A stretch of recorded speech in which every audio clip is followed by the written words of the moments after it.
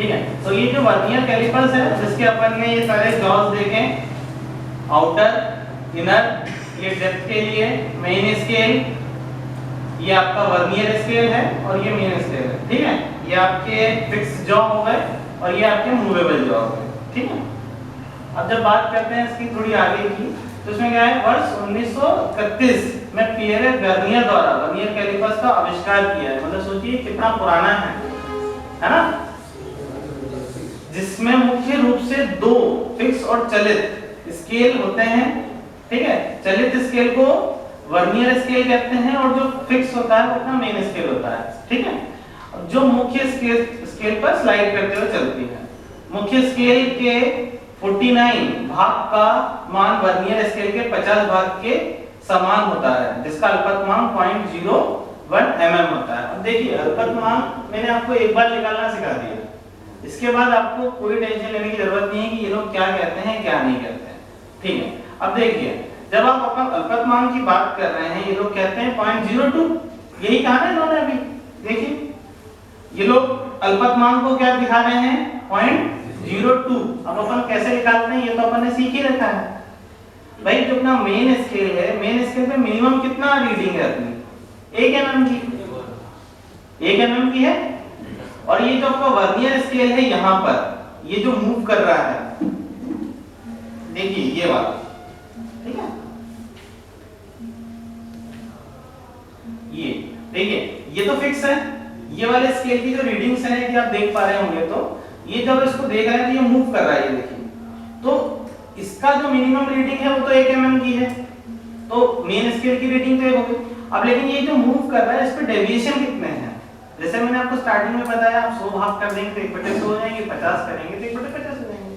तो इस पर जो भाग दिए हैं ये 5-5 के स्लॉट में 10 दिए हैं, यानी कि टोटल डिवाइडेशन कितने होते हैं, 50। तो 1/50 आप यदि कीजिए तो आपका लीस्ट काउंट कितना आएगा, कीजिए जरा कॉपी पे, 1/50 0.02 बोर्ड पर करते हो जाए।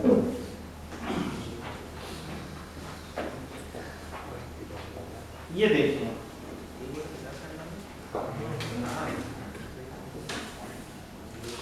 मेन स्केल पर आपका मिनिमम कितना है, 1 mm, ठीक है। और ये जो आपका वर्नियर है, वर्नियर या स्केल है, इसके ऊपर कितने डेविएशन है आपके, 50 भाग हैं इसमें, है ना, 50 भाग है। तो अपना लीस्ट काउंट कितना हो जाएगा, 1/50, यानी कि 0.02।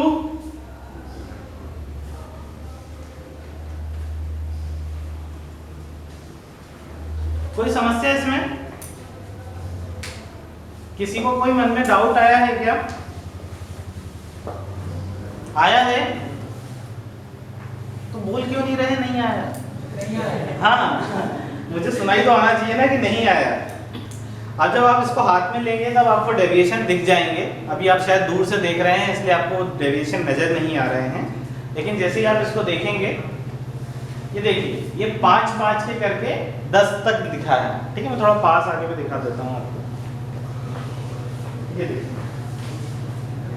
5-5 के स्लॉट में 10 है, ठीक है। अभी मैं आपको थोड़ी देर में हाथ में दे दूंगा तब आप और अच्छे से देखेंगे।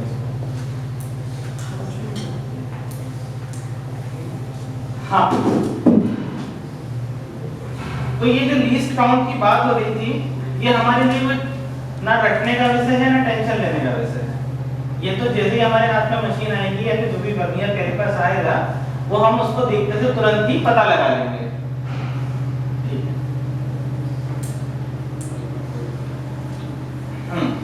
अच्छा, ये जो वर्नियर आपको अभी इस समय बोर्ड पर नजर आ रहा है, प्रेजेंटेशन में नजर आ रहा है, इसका लीस्ट काउंट निकालोगे तो कितना दिखेगा,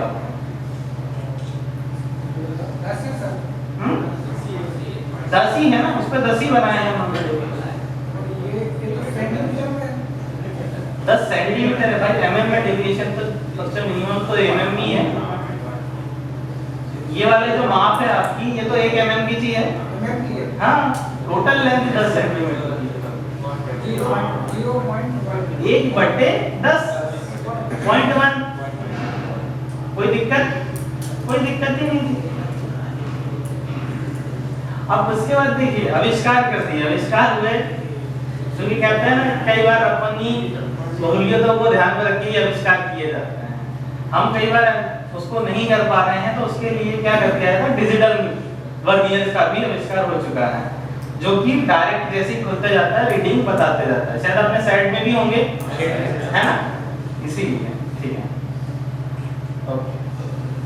अब इसकी माप लेना सीखना है अपने को, इन्होंने तो कहीं दिखाया नहीं है। ठीक है, तो मैं आपको माप लेना सिखा रहा हूँ। माप लेना सीखते हैं। देखिए क्या होता है, मैं बोर्ड पर बनाता हूँ उसको, जिससे आप बहुत इजीली समझ जाए।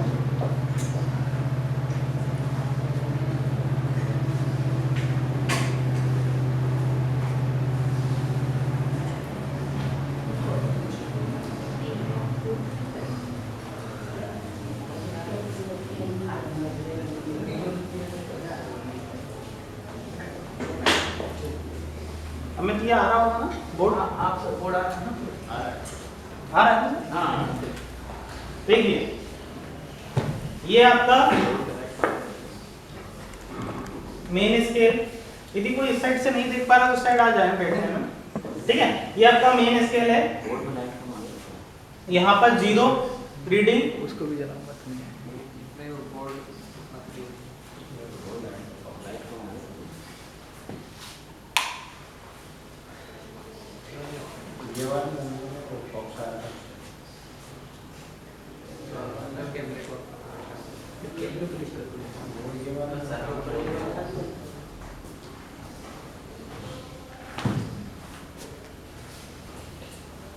अब ये जो मैंने मेन स्केल को mm में रीडिंग दिखा दी पहले, ठीक है, ये 5, 10, ठीक, ओके। अब इसके नीचे बना है आपका जो मूवेबल स्केल है, वो कौन सा है, वर्नियर स्केल, ठीक है। जब आपके जॉस नीचे रहते हैं तो यहाँ पर एक 0 से जस्ट सीधे आपका 0 आता है। इसके बाद क्या होता है, 5, 10, 15, 20, ऐसे करते करते आखिरी में यहाँ पर ये 50 पे आ जाती है चीजें, ठीक है। ठीक, यानी कि इसको इन्होंने नंबर क्या दे रखे हैं, 5 से 50 नंबर नहीं दिए हैं, इन्होंने नंबर दिए हैं 1, 2, 3, 4 अप टू 10। लेकिन आप जान रहे हैं 1 में 5 है, तो जब 10 की बात होगी तो टोटल कितने होगा, 50, ठीक है। अब देखिए जब आपका वर्नियर चिपका रहता है ना, इस सिचुएशन में, तो क्या है आपका ये 0, वर्नियर का 0 और मेन स्केल का 0 आपस में बिल्कुल पैरेलल होंगे, यानी कि रीडिंग आपकी क्या हो गई, 0 हो गई। अब लेकिन जैसे ही आप इसको मूव कराते हैं, तो मूव कराने पे क्या होगा कि ये जो आपका वर्नियर है ये आगे बढ़ेगा, ठीक है। तो मान लेते हैं आप कि आप इसको मूव कराए, ठीक है, और मूव कराने के बाद आपने कितना मूव करा दिया, इतना कि आपका 0 यहां पहुंच गया वर्नियर का, ठीक है। ये जो वर्नियर पे 0 बना रहेगा वो आपका यहां पहुंच गया। अब इसके बाद वही सेम टू सेम 1, 2, 3, यहां पर आ गया आपका 4 और डैश डैश डैश करके यहाँ पे 10 आ गया, ठीक है। तो अब देखिए यहाँ पे मैंने 2 लाइंस को स्पेशली टारगेट किया है, एक 0 वाली और एक चौथा नंबर वाली, दिख रहा है, ये चीज समझ पा रहे हैं। अब देखिए अब 0 लाइन जो दिखा रहा है वो ये दिखा रहा है कि जो मेन स्केल आपका खुला है वो 5, 9, यानी कि मेन स्केल की रीडिंग आपकी कितनी हो गई, फॉर्मूला आपका वही है जो आपने पहले लिख रखा है, मेन स्केल की रीडिंग कितनी होगी आपकी 9। अब जब वर्नियर स्केल की बारी आएगी तो वर्नियर स्केल की रीडिंग कितनी होगी, वर्नियर स्केल की रीडिंग निकालना थोड़ा सा मुश्किल है, लेकिन थोड़ा सा ही है, ज्यादा नहीं है। अब इसमें ये देखना है कि ये 50 जो भाग हैं, है ना, ये 50 भाग ऊपर वाली किस लाइन के बिल्कुल पैरेलल है, ठीक है। तो आप जब देखेंगे कि ये जो छोटे छोटे भाग हैं ये सब तो दूर दूर जा रहे हैं, ये वाला जो चौथे नंबर वाला पॉइंट है यानी कि 20वां नंबर है अपना, अपने लिए 20 है, 5 से मल्टीप्लाई आप कर ही लेंगे, 20वें नंबर वाला भाग इस लाइन के बिल्कुल सीध में आ रहा है। ऊपर के नंबर को भूल जाइए कि यहाँ पे क्या लिखा है क्या नहीं, उसको नहीं देखना, आपको ये वाला नंबर देखना है। ये वाला नंबर आपने जैसे ही देखा तो ये नंबर आपका कौन सा है, चौथा, यानी कि आप समझ गए 5, 10, 20 है ना, यहाँ तक आ गए 5, 10, 15, 20, यानी कि आपका कौन सा नंबर है, ये आपका 20वां। और आप लीस्ट काउंट जानते हैं, लीस्ट काउंट कितना है आपका 0.02, तो ये कितना हो गया 9 प्लस यहाँ पर कितना हो जाएगा आपका 4, 0 कितना हो गया भाई, निकालो जरा, 0.4 हो गया, तो ये हो गया 9.4 mm। ठीक है, कोई दिक्कत? अब देखिए यदि बाई चांस ये इसकी जगह यहां ना होके ये यहां पे ही मैच होता तो ये कौन सा नंबर का पॉइंट हो जाता आपका, 17 हो सकता है, 19 मान लो, एक कम मान लेते हैं तो 19 बार मान लो, तो इससे 19 से करते तो कितना जाता, 0.38 हो जाता, तो ये आंसर आपका कितना जाता 38। अब देखिए, अब इसके भी ये जो नंबर इधर पे ढूंढना, चूंकि 50 में ढूंढना थोड़ा मुश्किल होता है, लेकिन इसको भी इजी बना सकते हो आप। कैसे? देखिए जैसे ही आप ये 0 को देखेंगे ना तो एक mm में भी आपको कुछ डिस्टेंस दिखेगा, mm भी आपको बहुत बड़ा नजर आने लग जाएगा। ये है ना, ये 9 था और ये 10 था, ये आपका 0 इसी जगह पे था ना, देखिए दिख रहा है सभी को, ये जो 0 है आपका यहाँ और यहाँ इसके बीच में कुछ इसी तरह से था, जूम कर दिया बस मैंने उस इमेज को। ठीक है, देखिए तो आप जब इसको देखेंगे तो आप ये समझ जाएंगे कि ये जो 50 है, इस 50 में हमको जो भी आंसर मिलेगा इसके आधे किधर है ना, ये मतलब इसके 25 के अंदर ही अपने को ये वाली लाइन मिल जाएगी। मेरी बात समझ पा रहे हैं? इसके और इसके बीच में जब अपन ने 0 की पोजीशन देखी, अपन ने देखा कि यार ये इसके आधे से भी अंदर है, तो मतलब कि जो 50 में इसकी जो भी वैल्यू आएगी वो 25 से अंदर ही कहीं ना कहीं पैरेलल हो रही होगी, तो आपका दिमाग ऑटोमेटिक इसके पहले आ जाएगा। बस इस समय आपको ये चीज दिमाग रखनी। यदि बाय चांस ये 0 की पोजीशन कहीं यहाँ कहीं होती, यानी 10 को छूने ही वाला है, तो आप तुरंत समझ जाते कि ये जो वैल्यू आई है आपकी, ये करीबन 45-48 के आसपास होती। समझ रहे? तो कहीं मुश्किल लगी आपको इस चीज में? ठीक है, मुश्किल अब आएगी जब आप इसको नोटिस करोगे। ठीक है, तो मैं अब आपको रीडिंग देने वाला हूं, उस रीडिंग का आप मेजरमेंट कीजिए।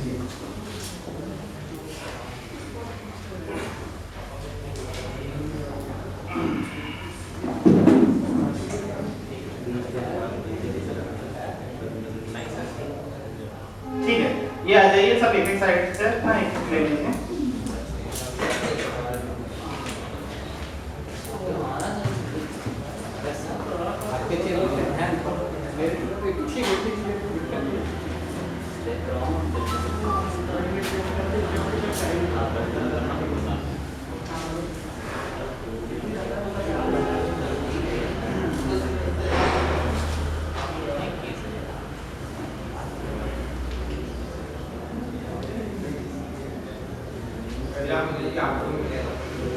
कुछ लोग ये भी ले जा सकते हैं, इसमें भी रीडिंग देख सकते हैं, ये भी वही है, बस इसमें जॉ नहीं है, बाकी काम वही करना है।